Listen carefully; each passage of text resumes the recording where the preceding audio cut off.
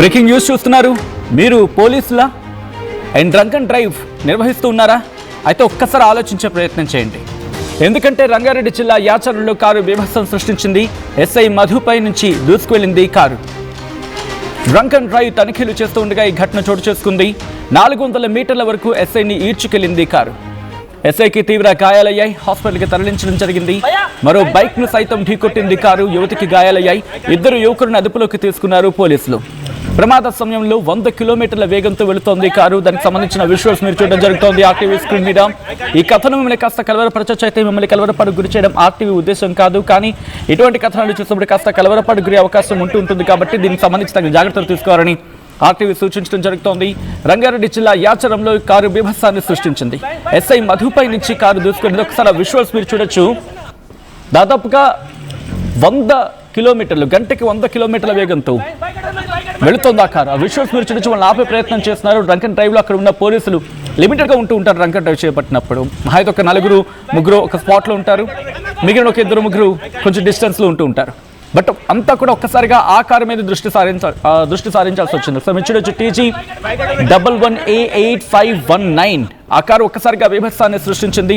Detail information తెలుసుకునే ప్రయత్నం చేద్దాం. మా ప్రతినిధి మధు అప్డేట్స్ అందించేందుకు సిద్ధంగా ఉన్నారు. బట్ అంతకన్నా ముందు ఈ కథను మిమ్మల్ని కాస్త కలవరపరచొచ్చు. అయితే మిమ్మల్ని కలవరపాటు గురి చేయడం ఆర్టీవీ ఉద్దేశం కాదు. కానీ ఇటువంటి కథనాలు చూసినప్పుడు కాస్త కలవరపాటు గురి అవకాశం ఉంటుంది కాబట్టి దీనికి సంబంధించిన జాగ్రత్తలు తీసుకోవాలని ఆర్టీవీ సూచించడం జరుగుతోంది. This is distributing content video description is highly advised. మా ప్రతినిధి మధు అప్డేట్స్ అందించేందుకు సిద్ధంగా ఉన్నారు. మధు, ఎగ్జాక్ట్గా ఏం జరిగింది? అట్ ద సేమ్ టైం ఎప్పుడు పట్టుకున్నారు వెంటనే ఆ వెహికల్ని పోలీసులు? ఆ తర్వాత ఏం జరిగింది? జనరల్ గా డ్రంక్ అండ్ డ్రైవ్ అంటే హైదరాబాద్ నగరంలో పెద్ద ఎత్తున డ్రంక్ అండ్ డ్రైవ్ ఉంటుంది. ఇక్కడ వాహనదారులను ఆపుతారు, మీటర్ పెట్టి చెక్ చేస్తారు. వాళ్ళు ఎంత తాగారు అనేటువంటి తెలుసుకున్న తర్వాత లిమిట్ క్రాస్ అయితే కేసు నమోదు చేస్తారు. కానీ ఇది రంగారెడ్డి జిల్లాకు సంబంధించినటువంటి ప్రాంతంలో యాచారం మండలంలో ఇన్సిడెంట్ జరిగింది. ఎస్ఐ మధు అక్కడ స్పీడ్ గా వస్తున్నటువంటి వాహనాన్ని ఆపే ప్రయత్నం చేశారు. ఆల్రెడీ అక్కడ డ్రంక్ అండ్ డ్రైవ్ సంబంధించినటువంటిది పోలీసులు ఉన్నారు, చెక్ చేస్తా ఉన్నారు. ఈ సమయంలో ఆయన ముందుకొచ్చి వాహనం ముందు ఆపే ప్రయత్నం చేశారు ఎస్ఐ మధు. ఆ డ్రంక్ అండ్ డ్రైవ్ చేసినటువంటి వ్యక్తి ఎవరైతే ఉన్నారో కారు దాదాపు 100 కంటే ఎక్కువ స్పీడ్ తో కిలోమీటర్ తో ముందుకు దూసుకెళ్లారు. అదే ఎస్ఐని కారుతో పాటు ఒక 400 మీటర్లు అంటే నియర్లీ 1/2 కిలోమీటర్ లాక్కెళ్లారు. ఈ సందర్భంలో ఎస్ఐకి తీవ్ర గాయాలయ్యాయి, ఆసుపత్రికి తరలించారు. ప్రస్తుతం ఈ సందర్భంలో ఎస్ఐని తీసుకెళ్తున్న దాంట్లో ఇంకొక బైక్ ఢీ కొట్టారు, ఇంకొంతమంది యువతులను ఢీ కొట్టారు. వీళ్ళందరూ గాయాల పాలయ్యారు. ఒకరి చేయి విరిగిపోయింది, 2 వీలర్ గాయపడింది. సో 100 కిలోమీటర్ల కంటే ఎక్కువ స్పీడ్ తో ముందుకు తీసుకెళ్లినటువంటి పైప్స్ ఎక్కడైతే డ్రంక్ అండ్ డ్రైవ్ లో దొరుకుతామనేటువంటిది నిందితులు ముందుకు వెళ్ళిపోయారు. ఎస్ఐ మధును చికిత్స నిమిత్తం ఆసుపత్రికి తీసుకుపోయారు. ప్రస్తుతం ఆయనకు చికిత్స అంతా ఉంది. తిరిగి ఆయన పోలీస్ స్టేషన్ కి తీసుకెళ్లే ప్రయత్నం చేస్తారు. ఇదంతా కూడా యాచారం అంబేద్కర్ చౌరస్తాలో జరిగినట్టుగా రిపోర్ట్ అంతా ఉంది. దీనికి సంబంధించి కారులో ఉన్నటువంటి మరొక 2 ఉన్నారు. వీళ్ళంతా కూడా డ్రంక్ అండ్ డ్రైవ్ చేసి పోలీసులకు దొరకకుండా పారిపోయే ప్రయత్నం చేయడంలో భాగంగా ఎస్ఐని ఒక 400 మీటర్లు లాక్కెళ్ళినటువంటి పరిస్థితి. అంటే ఎస్ఐ కాస్త అదృష్టవశాత్తు ముందు ఉన్నటువంటి బానెట్ కి సంబంధించినటువంటి ఆ ముందున్నటువంటి ఆ ప్రాంతాన్ని పట్టుకోవడంతో ప్రాణాలతో బచాయించాడు. లేదంటే కారు కింద పడిపోయేటువంటి వాడు. ఇట్లాంటి సిచ్యువేషన్ జరిగింది. ఆ విజువల్స్ వచ్చాయి, మనం చూస్తా ఉన్నాం. కారు ఎంత వేగంగా వెళ్తా ఉంది. కొంతమంది స్థానికులు కూడా ముందు 2 వీలర్ పెట్టండి, ఆ కారుని ఆపే ప్రయత్నం చేయండి, ఎస్ఐని ఢీ కొట్టి ముందుకు వెళ్తా ఉన్నారు అనేటువంటిది స్థానికులు చెప్తా ఉన్నటువంటి పరిస్థితి. స్థానికులే పట్టుకున్నారు. స్థానికుల సహాయంతో ఆ కారు డ్రైవర్ ని ప్రస్తుతం అదుపులో తీసుకున్నారు. ఎస్ఐ మధు, గాయపడినటువంటి ఒక మహిళ, చేయి విరిగినటువంటి వాళ్ళు, 2 వీలర్ కి సంబంధించినటువంటి వాళ్ళు, వీళ్ళంతా అది ఇంటెన్షనల్ గా జరిగిందా? అంటే అది ఇంటెన్షనల్ గా జరిగిందా, అన్ఇంటెన్షనల్ గా జరిగిందా? లేకపోతే of course drunk and drive లో ఉన్న సందర్భంలో డ్రంక్ చేసి తప్పతాగి ఏమైనా అటువంటి ఘాతకానికి ఏమైనా పాల్పడ్డారా? ఎగ్జాక్ట్లీ. ఒక రకంగా అయితే ఇది బయట హిట్ అండ్ డ్రంక్ కేసు కింద చూడాల్సినటువంటి అవసరం ఉంటుంది సాధారణంగా.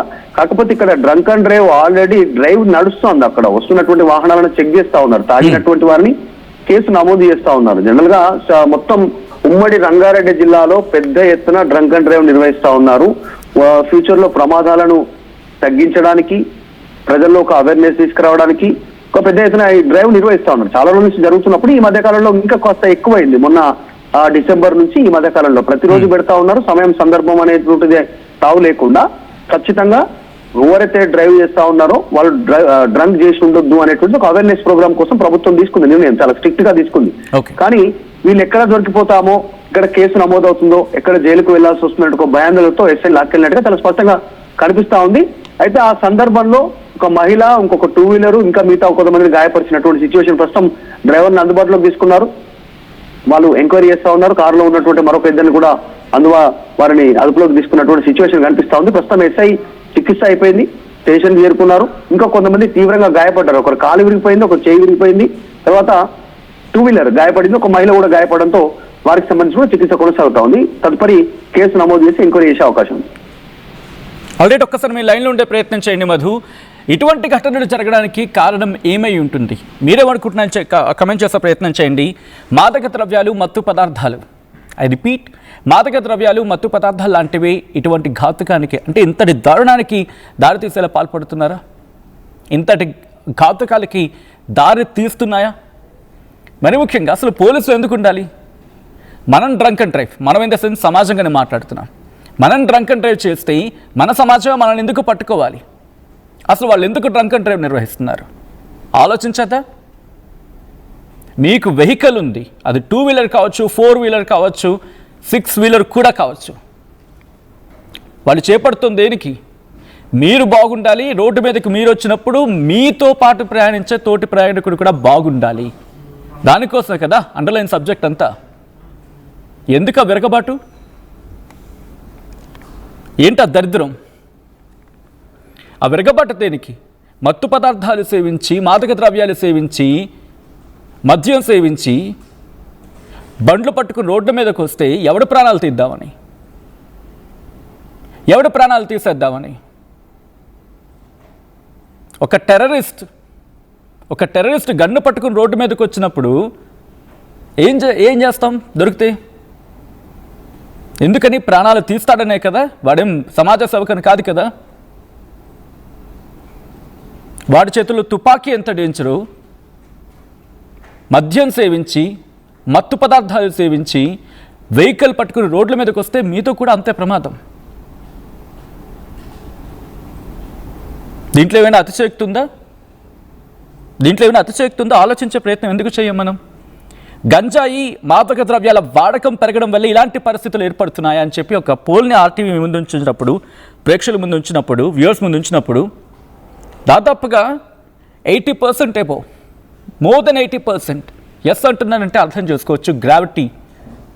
The gravity of the situation, the gravity of the scenario. Just understand. అంతెందుకు, హైదరాబాద్ లాంటి మహానగరాల్లో కూడా రోడ్ల మీద వెళ్తూ ఉంటే ఐ థింక్ ఫ్రైడే నైట్ నుంచి స్టార్ట్ అవుతుంది. Friday night, Saturday night, Sunday night, ఈ టైంలో బయటకు వెళ్ళాలంటే, అంటే ఆఫీస్ నుంచి ఇళ్ళకి వెళ్ళాలంటే బ్యారికేడింగ్ ఉంటుంది మధ్యలో. చూస్తే కిలోమీటర్ అరౌండ్ ఈజీగా 100 మీటర్స్ వరకు వెహికల్స్ ఒకసారి అక్కడ స్టాక్ అయిపోతాయి, లైక్ నిల్చుడిపోతాయి. చూస్తే అక్కడ డ్రంక్ అండ్ డ్రైవ్ చేపడుతుంటారు. అసలు క్వశ్చన్ చేసుకోలేమా? మన కోసం ఏర్పడిన వ్యవస్థ మన జాగ్రత్త కోసం అక్కడ నిల్చుంటే మన కోసమే కదా అది. ఆ కొనలు ఎందుకు ఆలోచించాం? వాడు ఏం చెప్తున్నారు? ఒకవేళ మీరు మద్యం సేవించుంటే మీ ఫ్రెండ్ని తీసుకెళ్ళండి. That's what they are saying, right? మీరు ఒక మద్యం సేవించుంటే మీ ఫ్రెండ్నో లేకపోతే ఆల్టర్నేటివ్ సేవ్ ప్లాన్ చేసుకోండి. మీకు సేఫ్, మీతో పాటు ప్రయాణించే తోటి ప్రయాణికులకు safe. I think last few months before Hyderabad లాంటి నగరంలో చూసాం. అర్ధరాత్రి తప్పతాకి పాపం ఉద్యోగం చేసుకుంటూ బైక్ మీద వెళ్తున్న వ్యక్తిని వెహికల్తో డాష్ ఇచ్చుకొని వెహికల్తో ఆ ప్రమాదానికి గురి చేస్తే ఆ కుటుంబం రోడ్డు మీద పడిపోలే? ఎవడు తాగాడు? ఎవడు వాహనం నడిపాడు? ఎవడు బలైపోయాడు? ఇలాంటి ఘటనల మీద యాజ్ ఎన్ సొసైటీ మనం రియాక్ట్ కావాలి. We have to take care of our responsibility.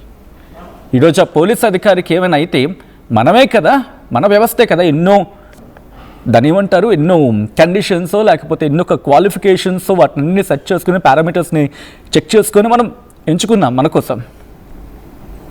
మన వ్యవస్థ గురించి మాట్లాడుతున్నాం, నాట్ అన్ ఇండివిజువల్. కాబట్టి ఆలోచించే ప్రయత్నం చేయండి. అండ్ ఫ్రైడే నైట్ వస్తే చాలు, తాగేసి రోడ్ల మీదకి రాకండి దయచేసి.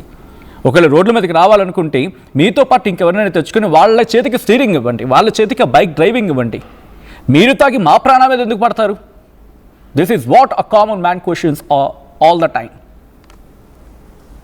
అండ్ ఈ కథను మిమ్మల్ని కాస్త కలవరపరచచ్చు, బట్ ఇలాంటి కథనాలను చూసిన కాస్త కలవరపాటు గురే అవకాశం ఉంటుంది కాబట్టి దీనికి సంబంధించి తగిన జాగ్రత్తలు తీసుకోవాలని ఆర్టీవీ సూచించడం జరుగుతోంది. This is a disturbing content, video description is advised. ఒక్కసారి